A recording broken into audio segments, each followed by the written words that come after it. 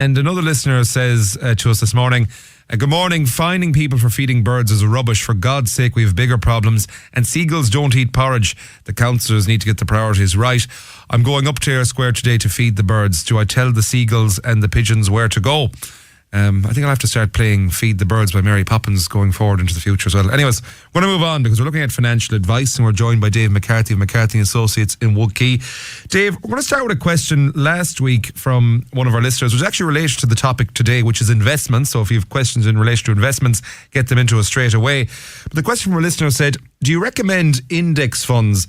And if so, which do you recommend here in Ireland? Yeah, very good question, and also is related to what we're going to talk about in a minute regarding investments in general and what to look out for. Index funds, essentially, for anybody who doesn't know what they are basically an investment that's linked to a particular stock market index. And that can be linked to any stock market index around the world, both in Europe, in Asia, the US, wherever. It's a way of tracking, if you like, the movement of a particular stock market without having to buy individual shares. It's a very good way, I suppose, of investing. But therein, there are a number of types of index funds and index type investments that you can have. So those funds are generally issued by life insurance companies, but there's another way to access that type of an investment. There are what we call structured products, which you would have maybe possibly a capital protection on it and some kinds of capital protection. So I would just say for that listener, contact my office and we'll see if we can provide you more information. Now, very special financial advice today because we are looking at investments in the broad, and as so many people are looking for alternatives to leaving money on deposit, we are looking at an information segment on what to consider when making an investment decision. Explain this to us, Dave. You have a sort of investment fact sheet. Yeah, what I've done out here is an investment fact sheet covering a lot of the areas that people will always ask in relation to investments. And we will go through some of them here in a minute. And it's quite comprehensive, but I just want to stress at the outside, don't be worried if you don't pick up, on all of the areas I cover, as we can get you a fact sheet if you want to contact us, and I'll give details of that at the end. So the first thing you want to consider is what's the term of the investment? How long is it? Most investments are generally around 4 to 5 years, and you need to remember that whatever money you put into it, you may not be able to take it out, or else if you could take it out, it might be with penalties. The next thing is, have you any spending plans coming up in the next 4 to 5 years?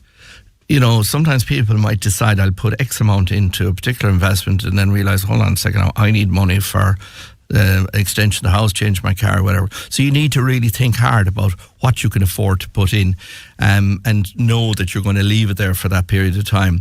I always say to people, err on the low side. If you think you might be able to put in 50,000, but at the end of the day you think you're more comfortable with 40, well then put in the 40. A big issue to consider. Leave enough money on deposit for your everyday needs, or the rainy day fund, as I call it. That's really important.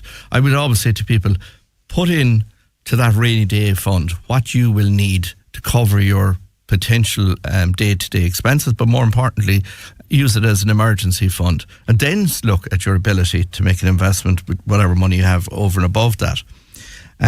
Risk. People are always asking about, is it risky? Is there protection attached to it? Are you happy with the level of risk you're taking? And do you want capital protection? And how much capital protection is that? So the first thing is, it's a bit like what Simon Harris said yesterday about surplus. Surplus is not a dirty word, nor is risk. Risk is actually something that you really do need to take to get a gain.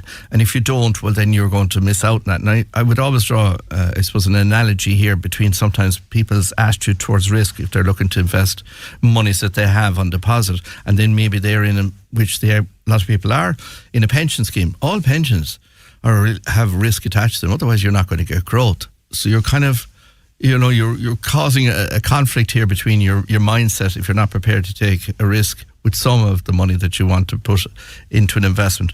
Alternatively, there are capital protected investments out there, and that's a growing market, and it's an interesting market with very different types of investments.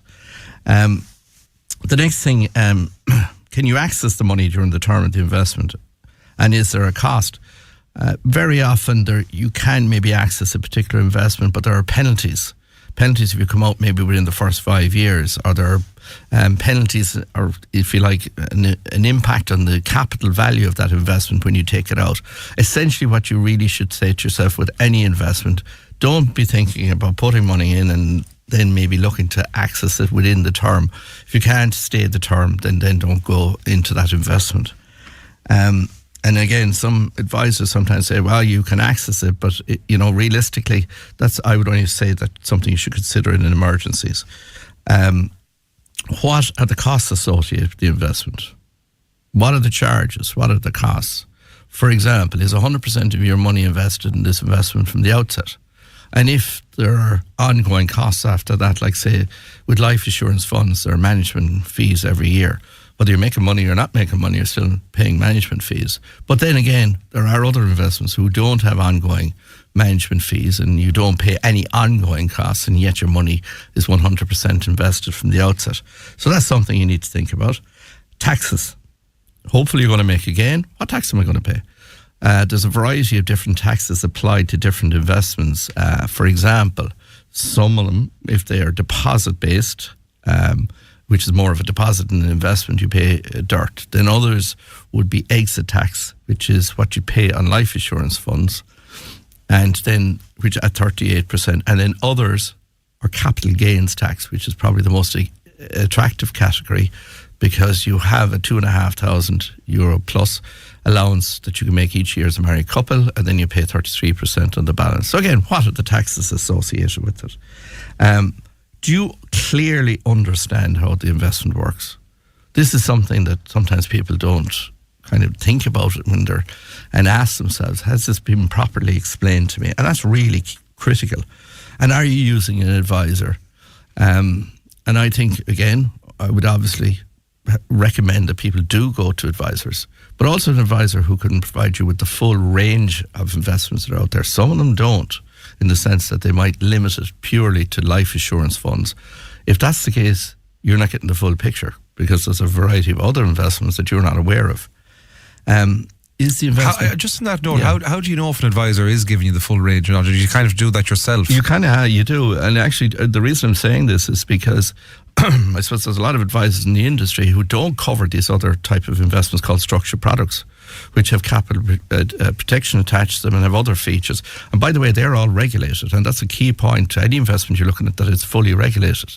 And you need to ask the advisor, am I getting the full picture here of all of the type of investments that are available? Ask that question. And by the way, if you go to a bank, they're like a one-trick pony. In other words, a bank is going to sell you, not advise you, by the way. It might make it look like it's advice, but it's not. They're not independent. They won't give you the broad range of options that are out there. They will sell you whatever product that bank is promoting at the time or is connected to. Okay? So beware of that one. You need to make sure you go to an independent advisor if you want to get the full picture. Moving on, what protections do you have in the investment? Now, I'm not talking about capital protections here. For example, mainly what I'm talking about here is all investments that are regulated have the protection of the central bank's overview. They don't provide protection, but they provide the regulation around the investment. There is also an investment compensation fund if there's a problem down the road with that particular institution, maybe that has had that launched that investment. Very key that the central bank you have that overview, but you don't need to ask that question. If it's regulated, that'll happen automatically. If you're taking out a joint investment, what happens if one person dies? Really important question. None of us know our own mortality and what could happen or couldn't happen. A lot of investments, usually what happens is that they revert to the survivor, and it continues, and then it reverts as a survivor. But just ask that question if you're taking out a joint one. Are there different types of investments available? I think I've outlined that already. There are a lot of others. And I mentioned about using a bank. It limits your options. This is another key point. Did you initiate the idea of taking out this investment, or was it an approach from somebody else, a financial institution, be it a bank or a life company or whoever else? So did you go and look for advice? as opposed to somebody coming and approaching you. A promotion. Yeah. If somebody approaches you, that's sales. If you go looking for it, that's advice. Key element, key difference here in the two.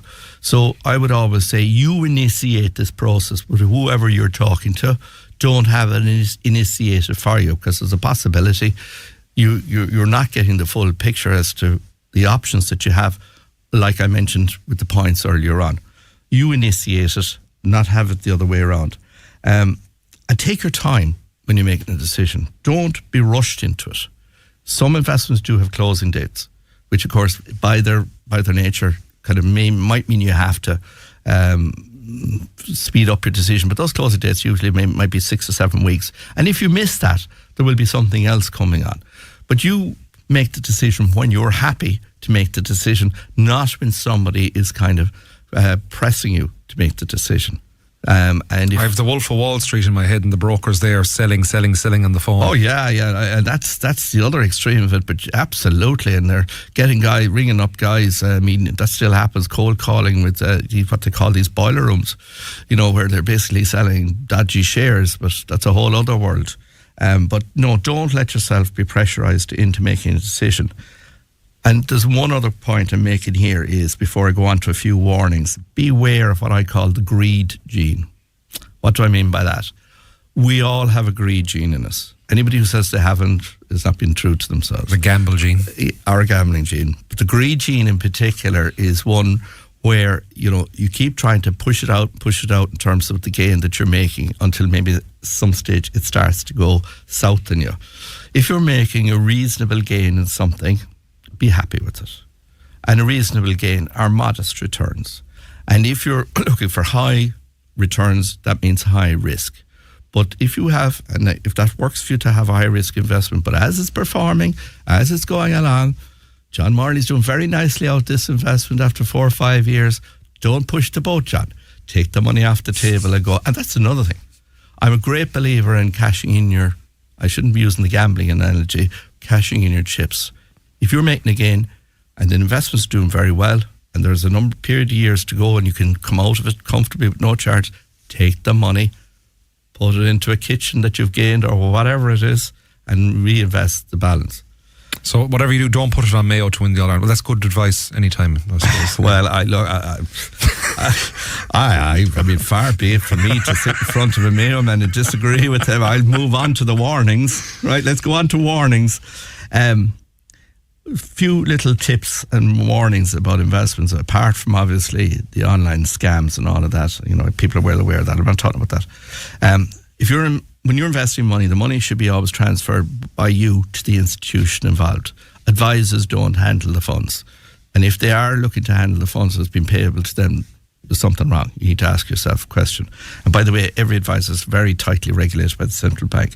But it goes from you to the institution where the investment is, and the advisor is there for what purpose? Only to advise you, look after all the documentation and not handling the funds. Never use an investment that is promoted and can be accessed only online.